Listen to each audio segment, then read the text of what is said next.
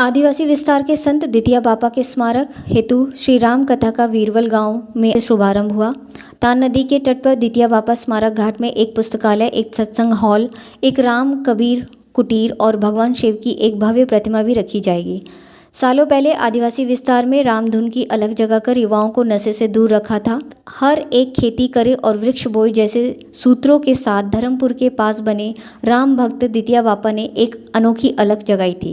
समग्र विस्तार में उन्होंने धर्म ध्वजा लहराई थी और जहां उनकी अंतिम विधि की गई, ऐसे घाट पर दितिया बापा स्मारक बनाया जाएगा, जिसमें लाइब्रेरी हॉल, राम कबीर कुटीर सहित दितिया बापा का स्मारक बनाया जाएगा। साथ ही शंकर भगवान की 51 फीट ऊंची प्रतिमा का भी निर्माण किया जाएगा, जिसके लाभ के लिए श्री राम की कथा का भव्य प्रारंभ किया गया है। इस कार्यक्रम का शुभारंभ गणदेवी के विधायक नरेश भाई पटेल के हाथों से दीप प्रागट्य करके किया गया। अगले 9 दिनों तक चलने वाली इस भागवत कथा व्यासपीठ से वांजना मेडनी गांव के विजय बापू के द्वारा संगीतमय स्वर में कथा सुनाई जाएगी।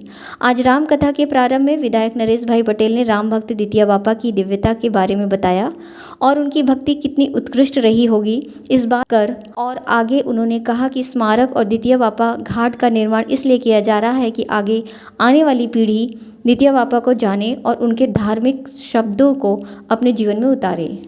और उनकी ख्याति आज कई जगह थी।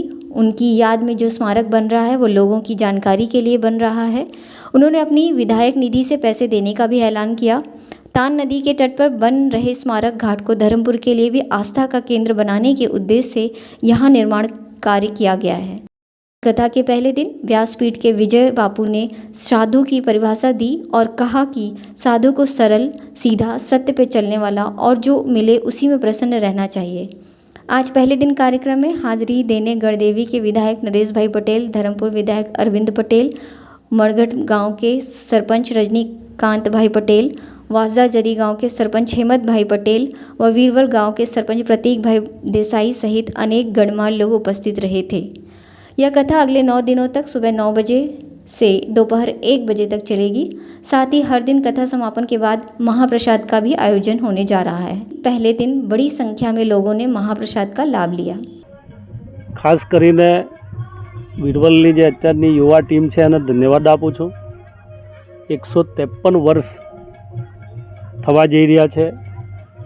દક્ષિણ ગુજરાતમાં જેમણે વર્ષો પહેલાં ભગવાન રામચંદ્રજીના એક સાચા ભક્ત બનીને રામચંદ્રજીના વિચારધારા સાથે, ભગવાનના વિચારો સાથે લોકોને જોડવા તે સમયે ખૂબ મહત્ત્વનું જેમણે વર્ષો સુધી ભક્તિના ભાવથી કામ કર્યું છે એવા દિત્યા બાપા એમના ગયા પછી અનેક મુશ્કેલીઓ પણ આવી છે, પણ તેમ છતાં પણ નવી યુવા ટીમે ફરી આ નામને એક ઉજાગર કરવા માટે દિત્યા બાપાનું જે જન્મ સ્થળ છે ત્યાં પણ ખૂબ ભવ્ય રીતે સાંસ્કૃતિક ભવન બની રહ્યું છે અને જ્યાં જેમણે અંતિમ વિદાય લીધી, જ્યાં અગ્નિદાહ આપવામાં આવેલો એવી તાન નદી કિનારે આજે પણ ત્યાં ખૂબ ભવ્ય જગ્યા દેખાય છે, જે જગ્યાઓ પર જ આપણે બધા અત્યારે ઊભેલા પણ છીએ ને ત્યાં એમનો ઘાટ બનવાનો છે। એ ઘાટ માટે સરકારે પણ લાઇબ્રેરી સાથે 12 લાખ રૂપિયા હાલમાં આપ્યા છે। અરવિંદભાઈ ધારાસભ્ય પણ આવનારા દિવસોમાં એમના ફંડથી અને અન્યના સહયોગ દ્વારા મદદરૂપ થવાના છે અને અમે લોકો પણ આમાં અનેક રીતે મદદરૂપ થઈશું।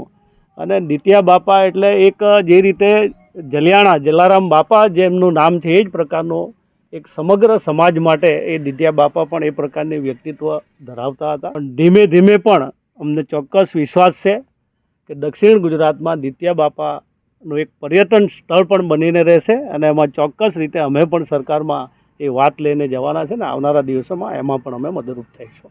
આજે વીરવલ ગામમાં દિત્યા બાપા એક એવા બાપા આ આદિવાસી સમાજમાંથી થઈ ગયા અને એની અમે લોકોના મોઢેથી એમની વાતો સાંભળતા કે બાપા આ વિસ્તારમાં લોકોને વ્યસન મુક્તિથી માંડીને લોકોને એની જીવન ધોરણ સુધરે એ માટે, એને આજીવિકા સુધરે એ માટે ખૂબ એમણે આ વિસ્તારમાં પ્રયત્ન કરેલા। એવોના જે સંપર્કમાં આવ્યા અને એની જે વાતો અમને સાંભળવા મળતી, અમે તો જોયા નહીં, પરંતુ એમનામાં એક જલિયાણા બાપા જેવા જ આ વિસ્તારમાં બીજા દિત્યા બાપા અહીં થઈ ગયા અને એના યાદગીરીમાં એમને અહીં ઘાટ બનાવવાનો, એનો સાંસ્કૃતિક હોલ, લાઇબ્રેરી અને એ માટેનું જે રીતે અમારા સાથી ધારાસભ્ય નરેશભાઈ વાત કરી એ રીતે અમે પણ એ ધામને ખૂબ વિકસે અને આ વિસ્તારમાં લોકોને પ્રેરણા પણ મળે એ માટે અમારા સરકારમાં પણ પ્રયત્ન રહેશે અને એ ધામ ખૂબ જ ટૂંકા ગાળામાં એ પ્રવાસન ધામ તરીકે વિકસે એવી અમારા તરફથી પ્રયત્ન રહે। द वॉइस न्यूज़ के लिए वीरवल से तेजस देसाई की रिपोर्ट।